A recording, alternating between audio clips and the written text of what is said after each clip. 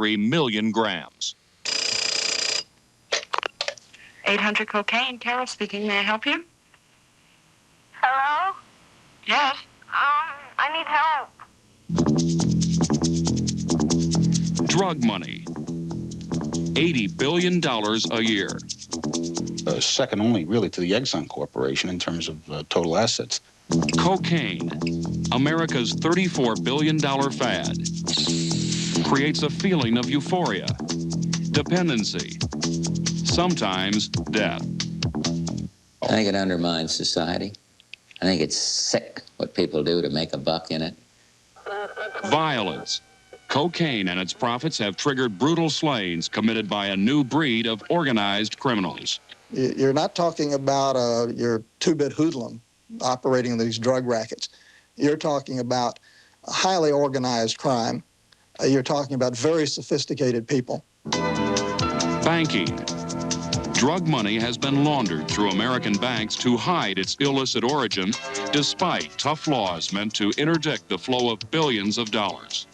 The problem will not evaporate overnight. There are no quick fixes. The new mafia, mostly from Colombia, they are responsible for most of this and more. We could well have the same problems with the Colombian crime families that we have with Cosa Nostra today.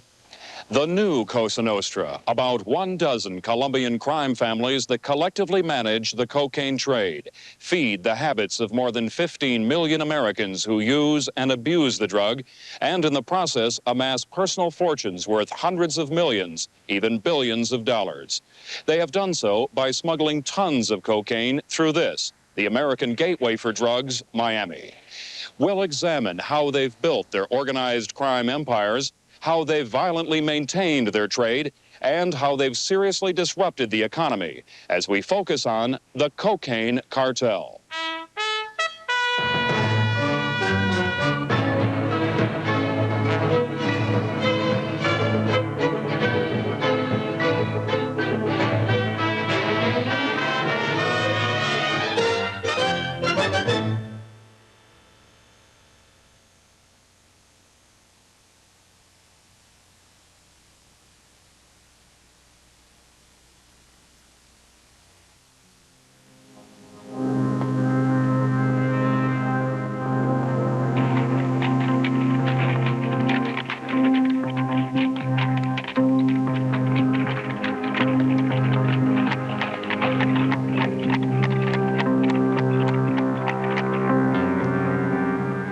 Mafia. La Cosa Nostra. The mob. Collectively and individually, traditional organized crime in America has been known by the faces and names of the infamous. Genovese. Luciano. Lansky. Capone.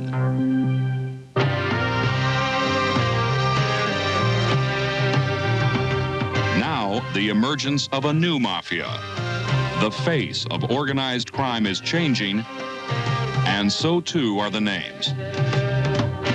Pablo Escobar. At 33, he's become one of the richest men in the world, worth nearly $2 billion. Escobar reportedly owns a small air force of 10 airplanes and a half-dozen helicopters. He began as an enforcer. Roberto Suarez. According to U.S. officials, he supplies at least 12 tons of cocaine a year.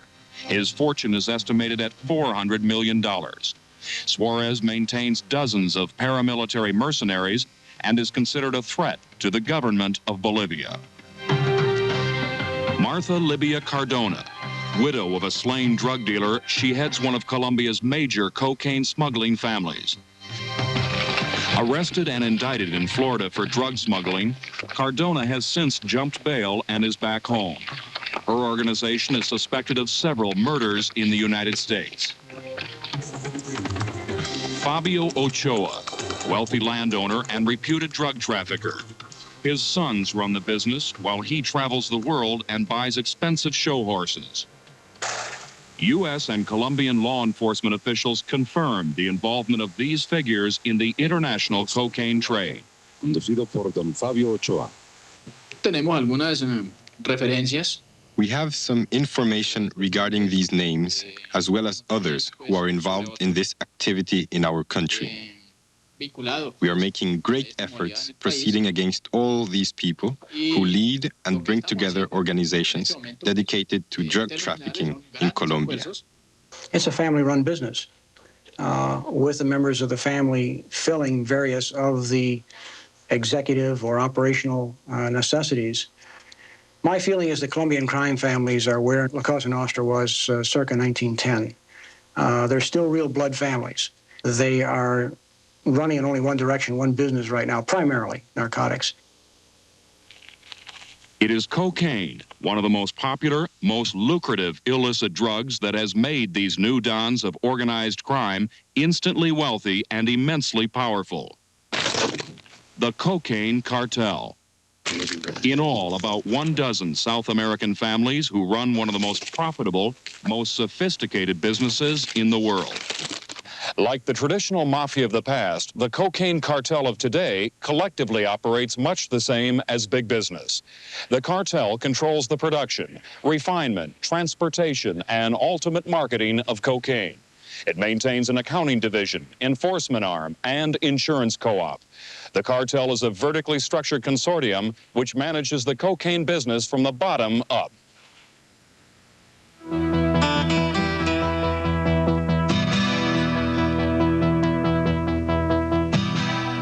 The roots of the international cocaine business can be found here, in Bolivia, in the jungles alongside the Andes Mountains where the coca plant is grown and harvested.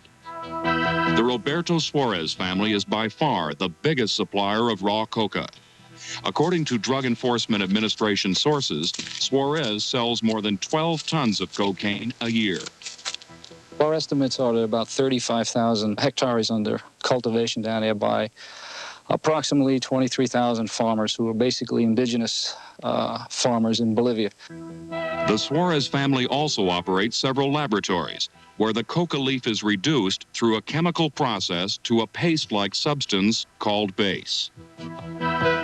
Utilizing dozens of small private aircraft and more than 4,000 clandestine airstrips, the cartel next transports the base to nearby Colombia, where it will be further refined by other cartel families. At that point, it's either trucked or flown back to staging areas such as Medellin. Medellin is a very important area in Colombia. Many of the major trafficking groups operate there and live there. Estas personas que se dedican al narcotráfico son gente. These people dedicated to narcotics trafficking are people from humble origins. Then, at some later point, they advance. They begin to purchase great haciendas and horse stables, as in the case of Fabio Ochoa, who has some of the most expensive horses in the country.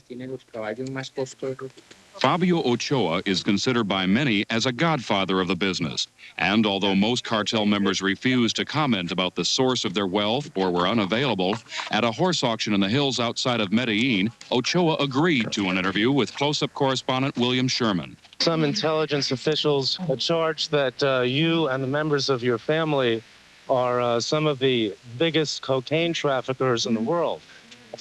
Yo no sé de que hablen mentiras y cosas. I know nothing of lies being told. This doesn't interest me. I am well known by all the horse breeders in the world. My life has been honorable, and I can tip my hat. But Colombian officials say it is drug trafficking, not horse breeding, that has made Ochoa wealthy, and that his sons operate refineries hidden in the countryside and in homes and apartments. Once they've chemically treated the base and it's become cocaine powder, it's ready for export. A typical flight would leave Medellin, Colombia, and fly to the Bahamas or elsewhere in the Caribbean and stashed, and then single-engine aircrafts from the mainland would fly out and bring it back into the United States. Pablo Escobar has been identified by American authorities as Colombia's leading exporter of cocaine. Using a fleet of aircraft, the Escobar family has reportedly amassed nearly $2 billion, smuggling 1,100 pounds of refined cocaine into the United States every month. And this is where it is brought. South Florida, the nearest American landfall. Major Nick Navarro of the Broward County Sheriff's Organized Crime Department explains why South Florida is an ideal gateway. We have a tremendous labyrinth of canals. We have more waterways than Venice, Italy. To the west of us, over here in Fort Lauderdale, we have a large swamp. It's called the Everglades. Also very attractive to smugglers because they can get lost in there, and it is difficult for us to be able to pinpoint every location where they would be coming in. In this area, smugglers have created landing strips up to 10,000 feet long. Very convenient for them to land, take off the goods from the aircraft, and then just take off again. They don't even have to turn around the airplane because of the length of the airstrip. There are thousands of large vessels around here. We have a fishing fleet that goes in and out of here every day. We have Bahamian Islands that are only about 50 miles away from us over here, which are being used as a transshipment point for narcotics. It is almost an impossibility to try to maintain regular vigilance over all these areas. It's a very large task. The cartel also smuggles cocaine on commercial flights into the Miami International Airport, sometimes employing illegal aliens called mules, who swallow dozens of small cocaine packets. Insurance on cocaine shipments is provided by the cartel's transportation or smuggling arm, which also marks and code each family's bundle of cocaine when shipments are made collectively.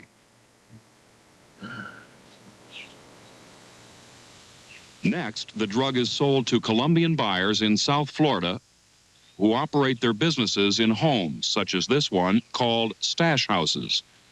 When the drugs are received by the drug buyer, he will then, if it's in one large shipment, process the loads or ship them to a point or a stash house where he can ultimately distribute the large load in smaller portions around this country.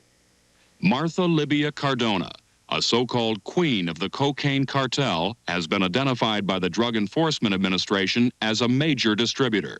Authorities say her 70-member network distributes cocaine to street dealers in New York and Los Angeles and is wanted for several murders in this country.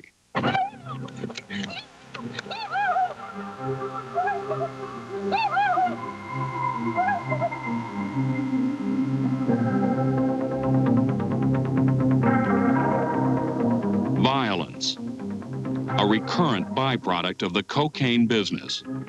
Due to the huge profits involved, the Colombian organized crime families have zealously guarded their trade, staging bloody street battles which have forced up the crime rate in Greater Miami by 132% during the past decade. Violence, an indiscriminate kind of killing committed by the enforcers of the cocaine cartel.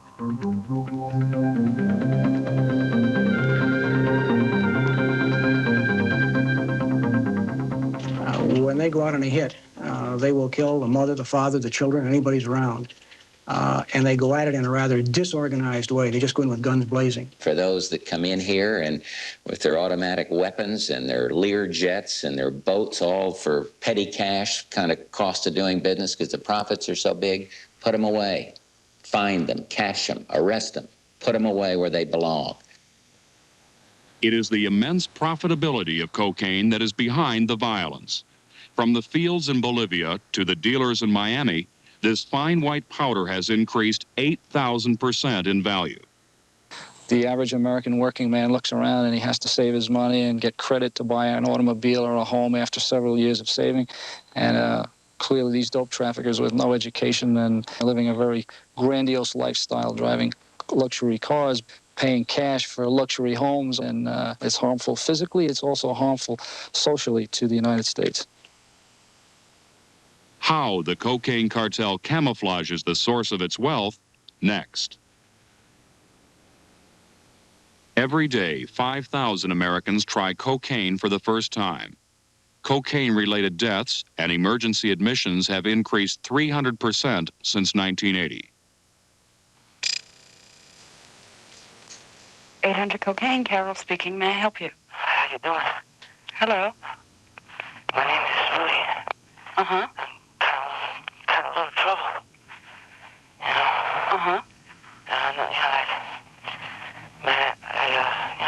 coke. Right. Are you sick right now? No, like I said, I haven't shot for 4.5 months. It was the first day. Uh-huh. And how much have you done? About $150 worth.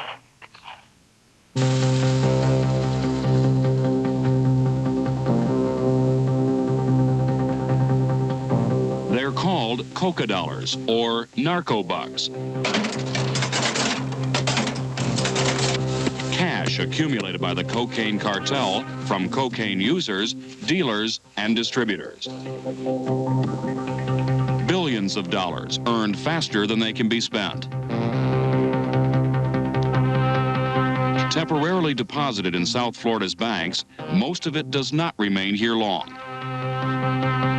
Since the captains of the cartel want to remain insulated from the illegal source of their income, they must convert the cocaine dollars into clean, untraceable money or credit.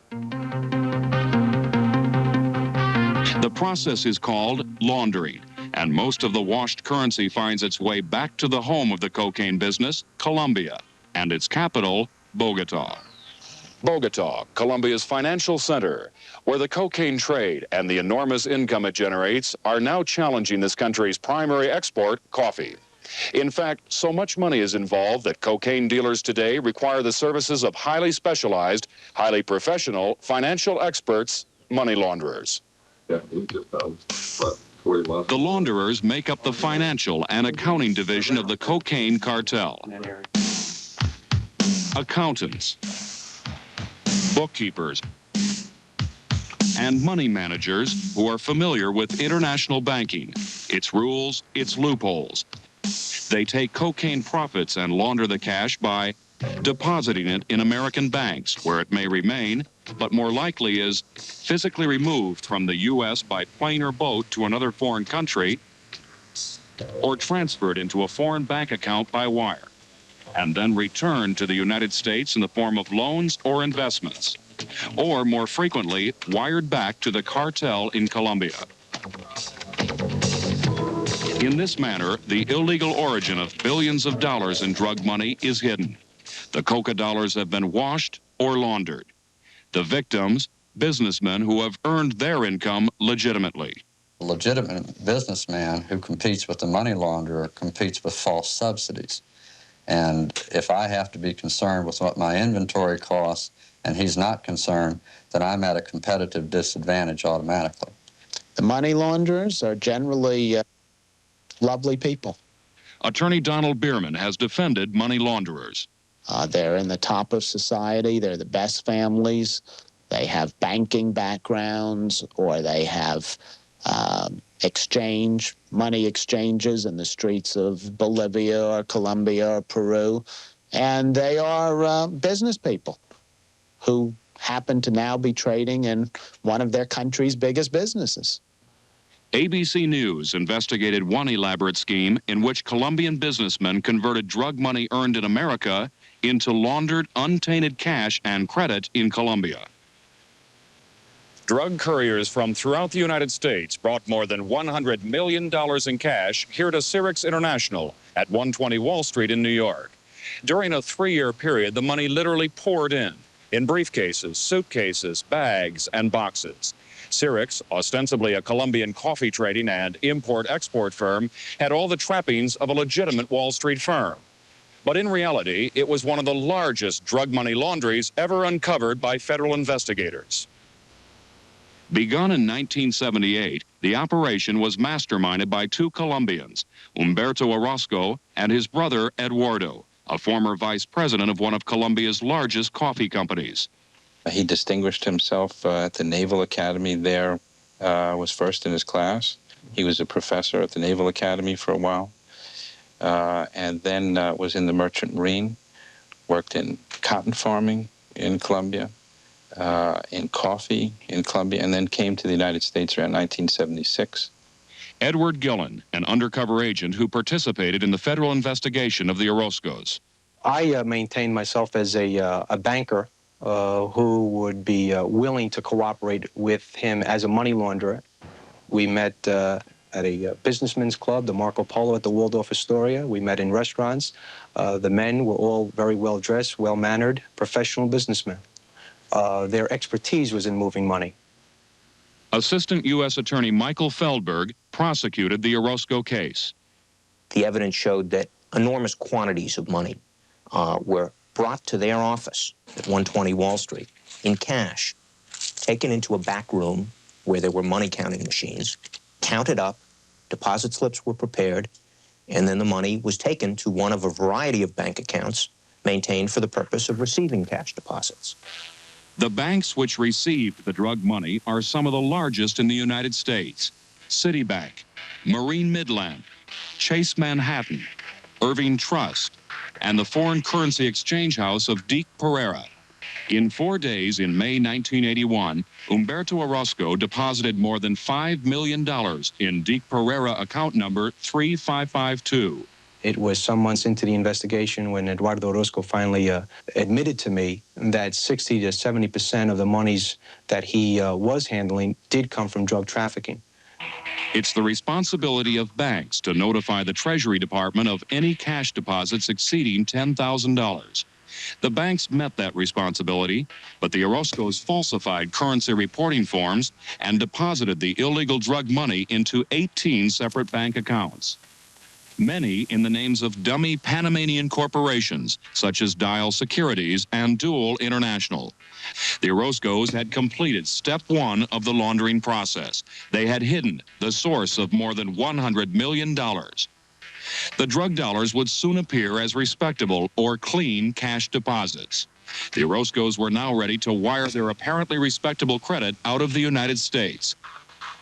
Correspondent William Sherman followed the cocaine money trail to Panama.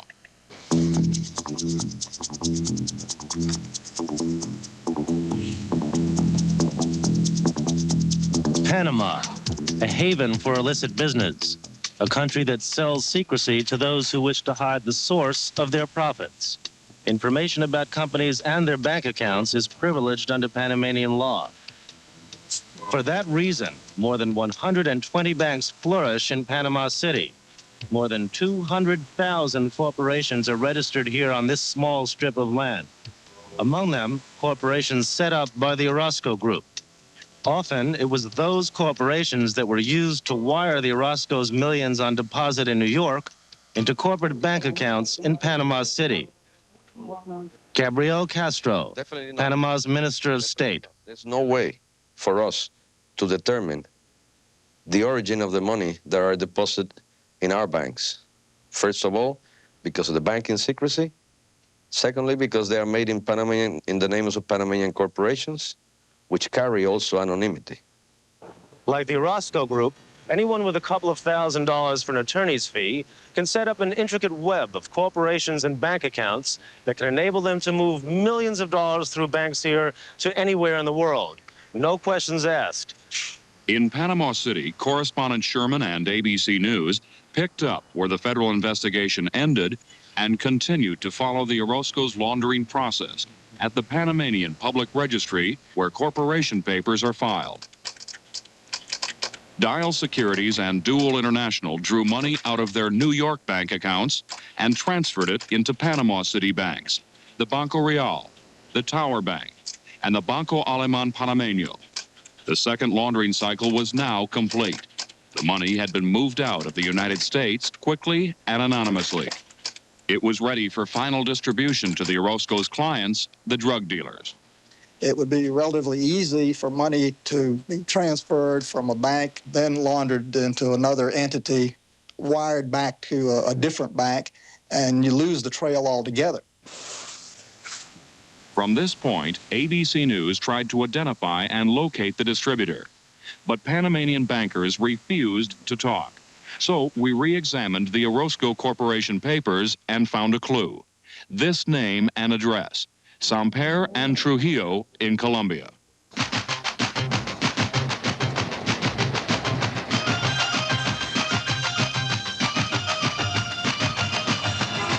And on Bogota's Wall Street, we found their firm in this building.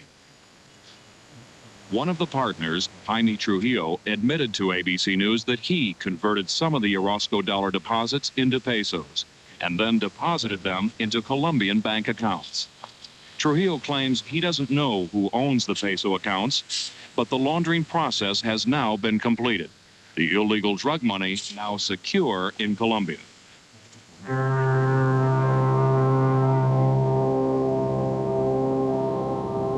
The Orozco brothers were convicted on conspiracy to violate currency laws. Humberto sentenced to 18 months in prison and a $5,000 fine. Eduardo, now awaiting sentence, faces a more severe penalty because he was also convicted of conspiracy to aid and abet drug dealing. But the Orozcos were merely bankers for the cocaine cartel. Their bosses remain free in Colombia. And what happened to the more than $100 million successfully laundered? Well, that's one of the great questions. To the extent that the money, the evidence showed, was drug money, presumably the ultimate suppliers of drugs got some of it. But we never were able to show who got the money. There are some things that we simply can't find out. And that's a fact of life in this business. How the cartel spends its drug money, next. The common belief had been that cocaine was not addictive. Recent laboratory tests indicate it is the most psychologically addictive of all drugs. So the only thing that's making him stop is that he doesn't have any money? Uh-huh. How is he getting money? He works every day. Yeah, he's got a regular 9 to 5. Plus he's been using mine and then other people. He's been using your money? Are you using cocaine too? Why do you let him use your money to be a drug addict?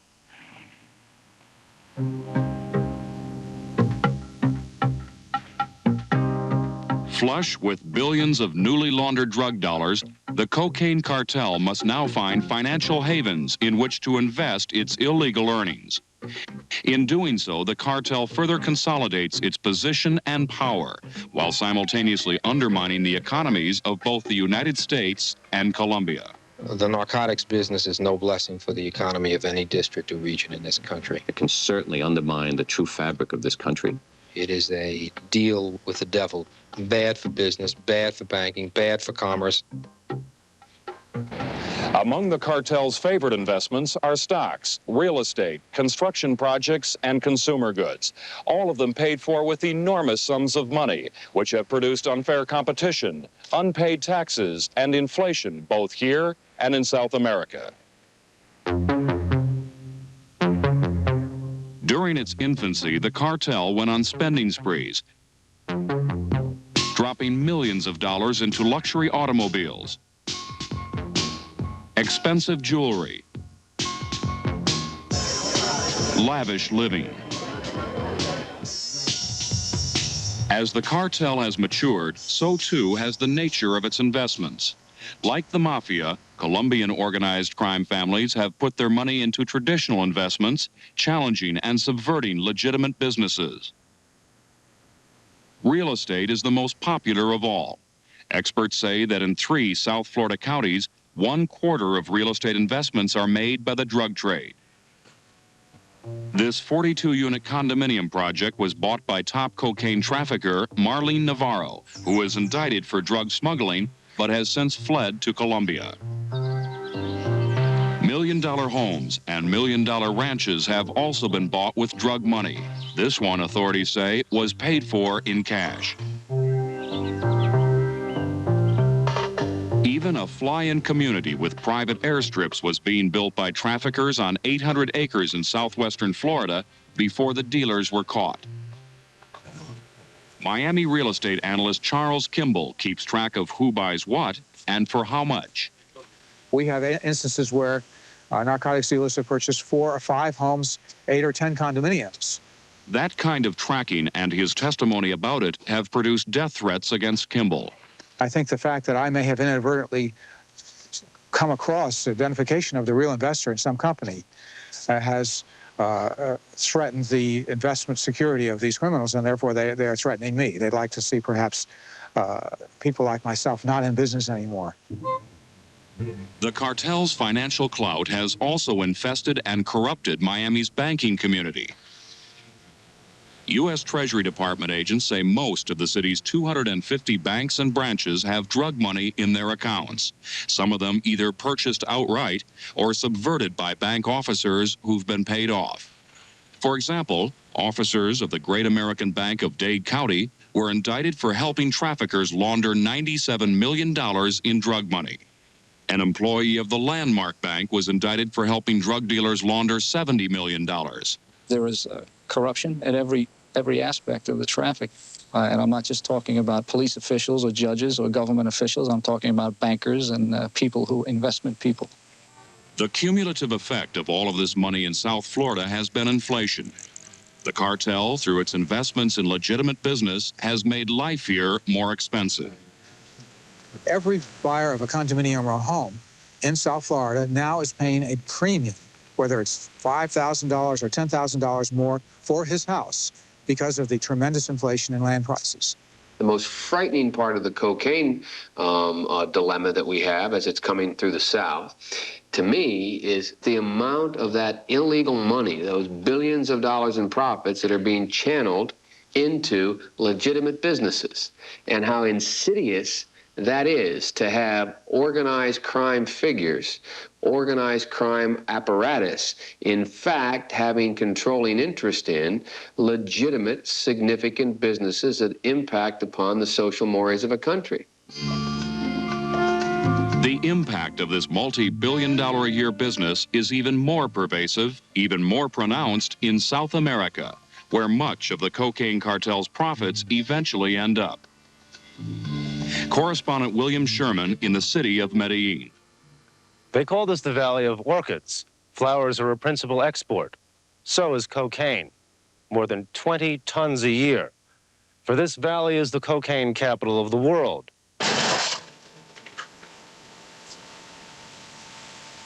Here, the drug lords make most of their investments. New construction, office buildings, apartment complexes, shopping malls. American and Colombian intelligence sources give these specific examples. The biggest hotel downtown, the Nudie Barra. Owner Ednan Botero, indicted in Miami for allegedly laundering cocaine profits. La Rinconada Restaurant and Entertainment Complex. Owner, cocaine kingpin Santiago Ocampo. Kevin's Discotheque and Restaurant. Owner, Jose Ocampo. And these apartment complexes, built by Gamo Investments Limited, a company associated with Pablo Escobar. This television station, also owned by Gamo.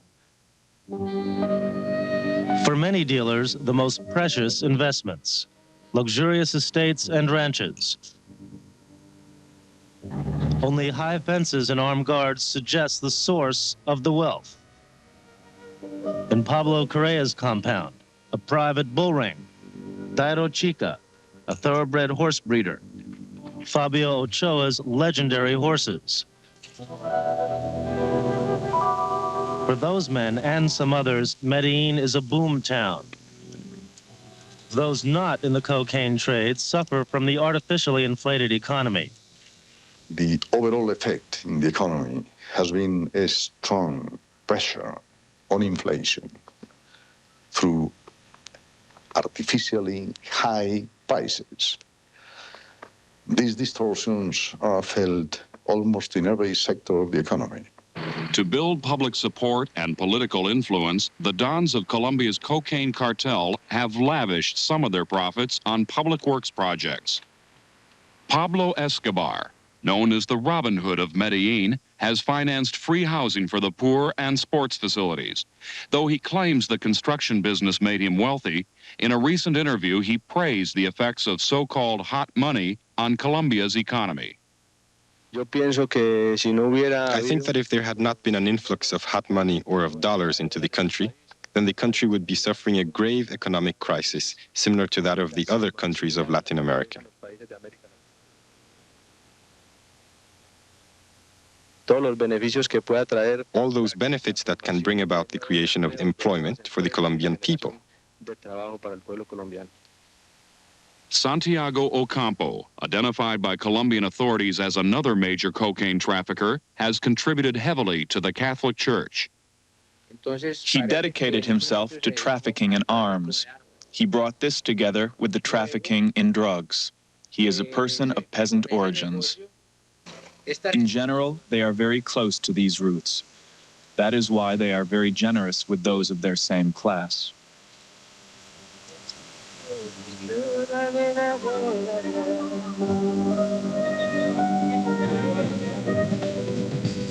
Finally, the case of Fabio Ochoa. He periodically sponsors horse auctions to raise money for the poor. It will benefit the poor who are without housing, a program called Medellin Without Slums. So the cartel is succeeding in laundering not only its money, but also its image, raising the specter that Colombia, like its neighbor to the south, Bolivia, may someday be politically and economically controlled by the cocaine cartel. Organized crime, disorganized government, our law enforcement effort, next. In 1982, there were nearly 200 known cocaine-related deaths in the United States. Hi. Hi. Can I help you? I don't know. Hello? Yes, I'm still here. I need help. Why don't you try telling me what's going on? I'm flipping out. I'm killing myself right now. No, you're talking to me right now.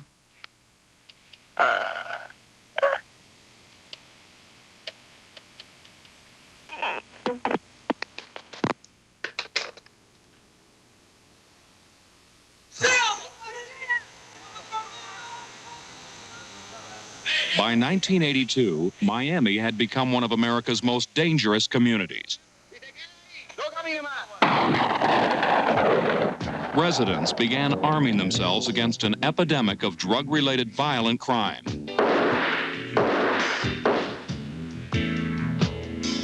Gun sales doubled in 1 year alone.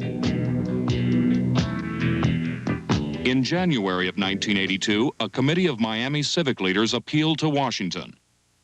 And the administration, under the direction of Vice President George Bush, responded, creating the South Florida Task Force. In all, 12 federal agencies marshaled to wage war on drugs and crime. Joining the Customs Service and Drug Enforcement Administration, the Coast Guard, the Navy, the Department of Justice, plus 7 other federal agencies. Altogether, an additional 1,000 federal law enforcement officers were deployed in South Florida and off the southern coast. Vessel Carnet, this is Coast Guard 629. Captain, I am warning you that I am commencing to fire on your vessel. Super.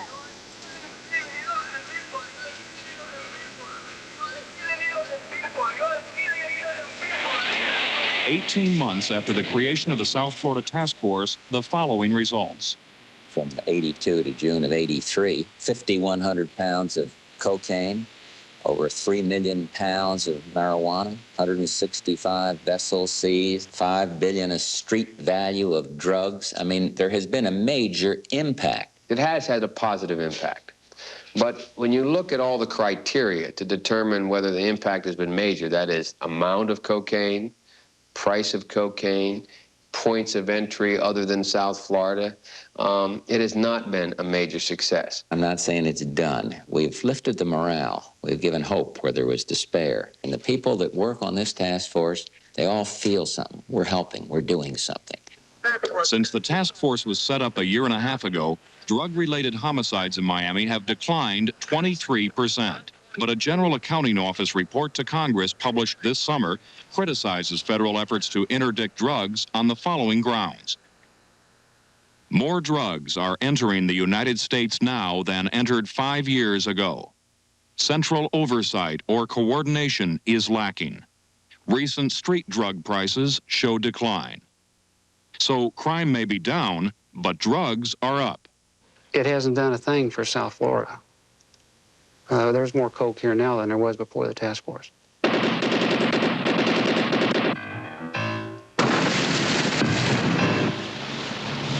For generations, lawmen have been unable to wipe out organized crime, in part because mobsters preyed on public vices.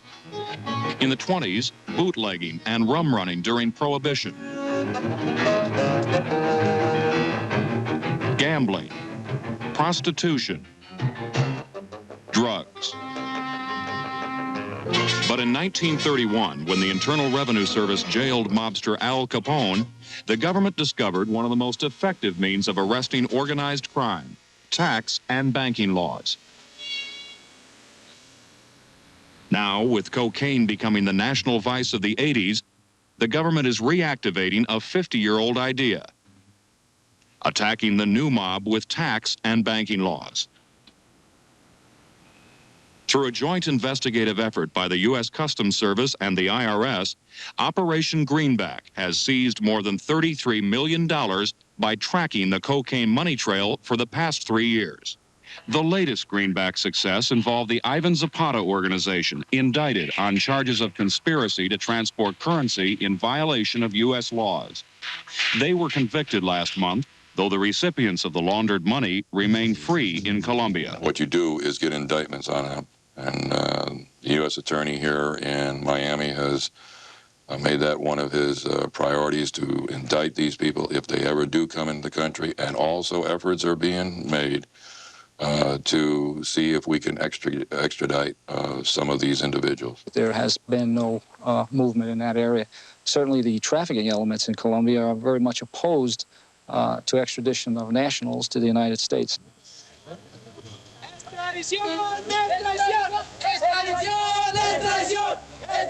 Although Colombia signed an extradition treaty with the United States in 1979, no one has yet been extradited on drug charges, in part because the strong political influence of the cocaine cartel undermines, through co-option and violence, those who support the treaty. Carlos Lader is wanted by U.S. authorities for drug trafficking, but instead of facing extradition, he has financed a political party in Colombia and a powerful campaign against the extradition treaty. North American imperialism came, the Peace Corps came, and planted drugs, and corrupted Colombia, and planted cocaine. Now, when the Colombians become enmeshed in their system and their dollars, we are then hauled off to the United States to be arrested. The treaty of extradition is a trick. I know that the United States will never do that to any American, like send it to someone else's jail to get punished, especially to a Colombian jail. They already have a name. So same thing for us. I'm fighting for the rights of my people. Lader and others have been investigated by the United States and Colombia, yet none has been extradited. Many members of parliament have achieved positions through the financial support of people dedicated to the illegal business of drugs. These people have tried to infiltrate high posts with the aim that their businesses would be easier to carry out.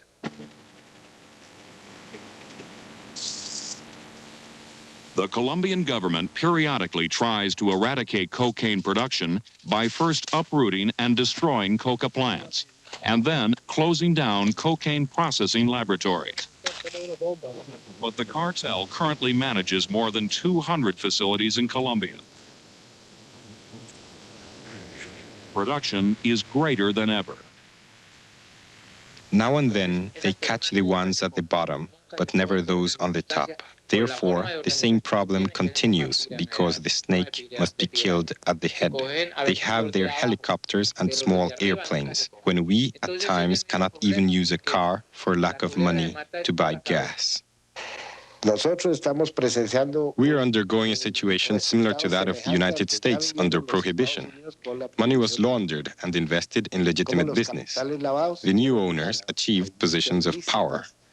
We have to prevent our newly acquired fortunes from influencing the political and industrial future of Colombia. So the cartel's business flourishes. And And Colombians, like Americans, are becoming increasingly dependent.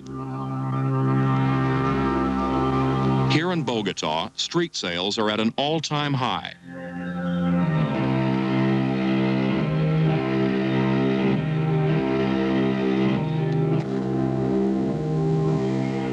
There is so much cocaine available at a fraction of its U.S. price that it is now smoked in cigarettes called bazookas. Bazookas, which contain cocaine base. My problem is base because I deal on base. Cocaine, I deal. Alfonso is a cocaine and base dealer, but he is also a user, dependent both financially and psychologically. Base, you never feel for stop. And anytime you smoke, you feel anxious. Anxious every minute, every second. You have in your hands, and you don't believe you have in your hands.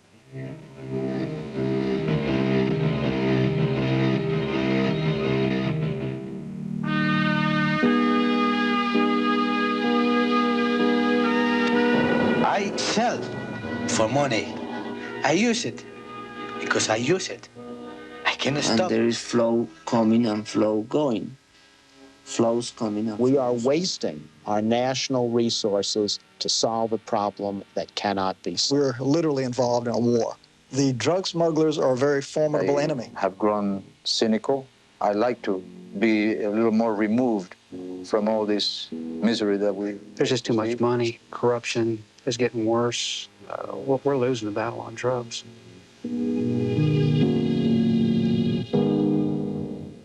We are losing the battle. The Vice President's South Florida Task Force is ambitious, but as we've seen, ineffective in stopping the flow of cocaine. To stop the cartel, all of our law enforcement resources would have to be mobilized and effectively coordinated. That is not being done, and the cartel is succeeding by exploiting the demand for cocaine and draining billions of dollars from this country's 15 million users, many dependent on the drug, many whose lives and whose families' lives are destroyed by it. And it has all happened so quickly. In only 1 decade, a new mob, its power so pervasive that it cannot be ignored, without its roots reaching deeper and deeper into our society.